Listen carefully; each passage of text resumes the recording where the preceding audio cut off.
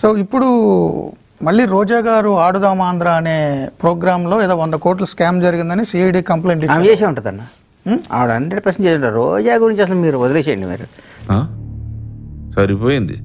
Hero villain కొట్టుకుని కామెడీని చంపేసినట్టు నా మీద పడతారేంటి? నేను వేరే వాళ్ళ గురించి నాకు తెలియకుండా మాట్లాడుతున్నా. నాకు తెలుసు కదా స్కాములు, డైమండ్ రాని స్కాములు మామూలుగా.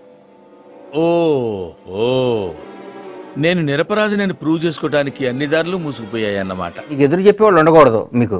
రోజా గారికి ఆవిడ 100 కోట్లు కదా, ఆవిడ మీద మొత్తం సిబిఐ ఎంక్వైరీ చేయాలి. ఆ మీద ఇలాంటి స్కీములు పెట్టకండి రా. అసలే సుఖ సంసారం లేనోండి, సుఖంగా బతకనివ్వండి రా. చాలా రోజుల తర్వాత మీ అందరితో మాట్లాడుతున్నాను. కారణం ఏంటో మీకు తెలుసు. నేను మోసపోవడం మాత్రమే కాదు, పరుపుడు మాత్రమే కాదు, అవమానపడడం మాత్రమే కాదు, నేను ఓడిపోయాను.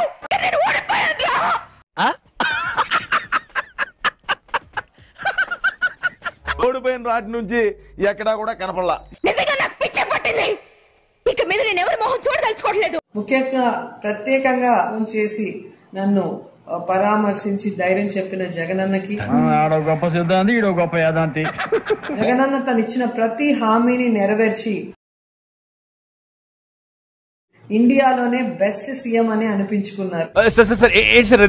ఇండియాలోనే బెస్ట్ సీఎం అని అనిపించుకున్నారు. ఇప్పుడు మీరు చెప్తే తెలిసిందండి. ఆ తర్వాత ఓటమిపై స్పందించలేదు. నగరంలోని ఇంటికి ఆమె పరిమితమైనట్టు తెలుస్తోంది. అరే ఇదేం మావయ్య, పొద్దునే మూసుకేసుకున్నావు? చలిగా ఉందా? భయంగా ఉంది. ఆఫీసులో అడిగితే ఊరిళ్ళని చెప్పు, మరీ అడిగితే చచ్చిపోయానని చెప్పు. ఏం ఫీల్ ఉన్నది మామయ్య? సరే పడుకో, ఏముందిలే ఇంకా పడుకో.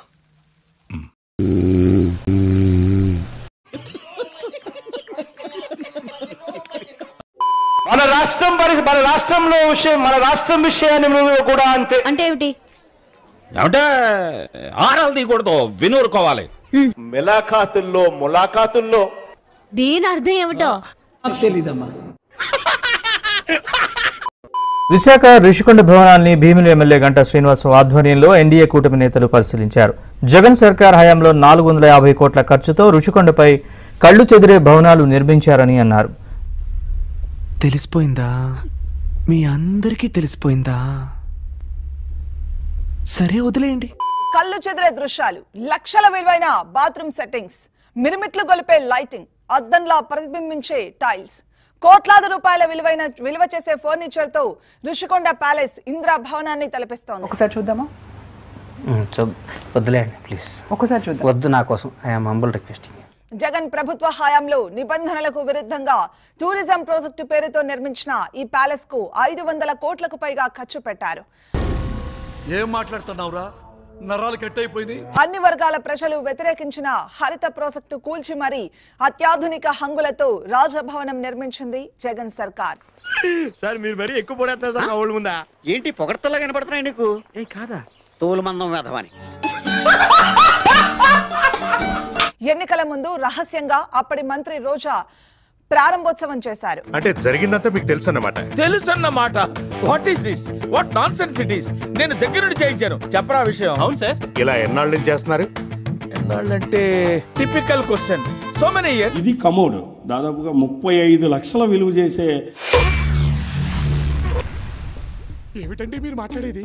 దాదాపుగా 35 లక్షల విలువ చేసే కమోడ్గా అయితే మాత్రం కూటమి నేతలు చెప్తున్నారు.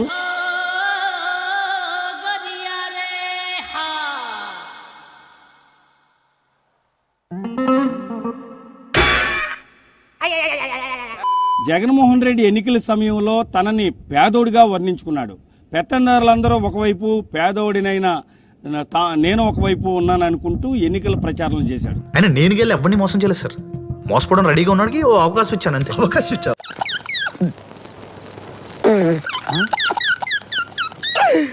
ఆపుకోలేకపోతున్నాను రా. Flash back. వాళ్ళు 22 ఉన్నారు అధ్యక్ష, మా వాళ్ళకి 150 మంది ఉన్నారు అధ్యక్ష. మా వాళ్ళు ఒక్కసారి లేచినారు అంటే వాళ్ళు ఎవరు కూడా తన స్థానాల్లో కూడా కూర్చోవడం అని చెప్పి కూడా చివరికి ఏం జరిగింది?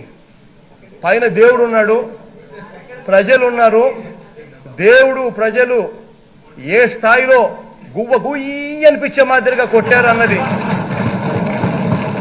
Several months later. ఇప్పుడు ఎక్కడ కొట్టాలరా నిన్ను? గువ్వ గుయ్యి అనిపించబడరా, గువ్వ గుయ్యి అనిపి గువ్వ గుయ్యి గువ్వ గుయ్యి గువ్వ గుయ్యి.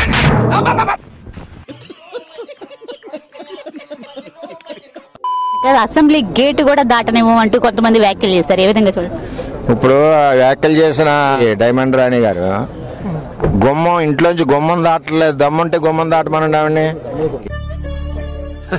సరే తరలే, ఎన్నెన్నో అనుకుంటాం, అన్ని జరుగుతాయి ఏమిటి? ఏంటంటే మాట మాట్లాడేటప్పుడు ఏ వ్యక్తిని ఎలా గౌరవించాలని నేర్చుకోవాలి. ఆ సంస్కారం జగన్మోహన్ రెడ్డికి లేదు, కింద వాళ్ళకి లేదు. నిజమేనయ్యా పుల్లారావు. మా జగనన్న కంట్లో భయం ఉండదు.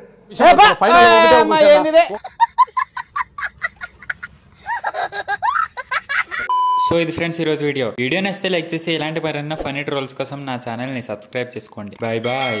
ఈ కార్యక్రమం ఇంతటితో సమాప్తం. రేపు ఇదే అలవాసులపై మళ్ళీ కలుసుకుందాం. అంతవరకు సెలవు మరి.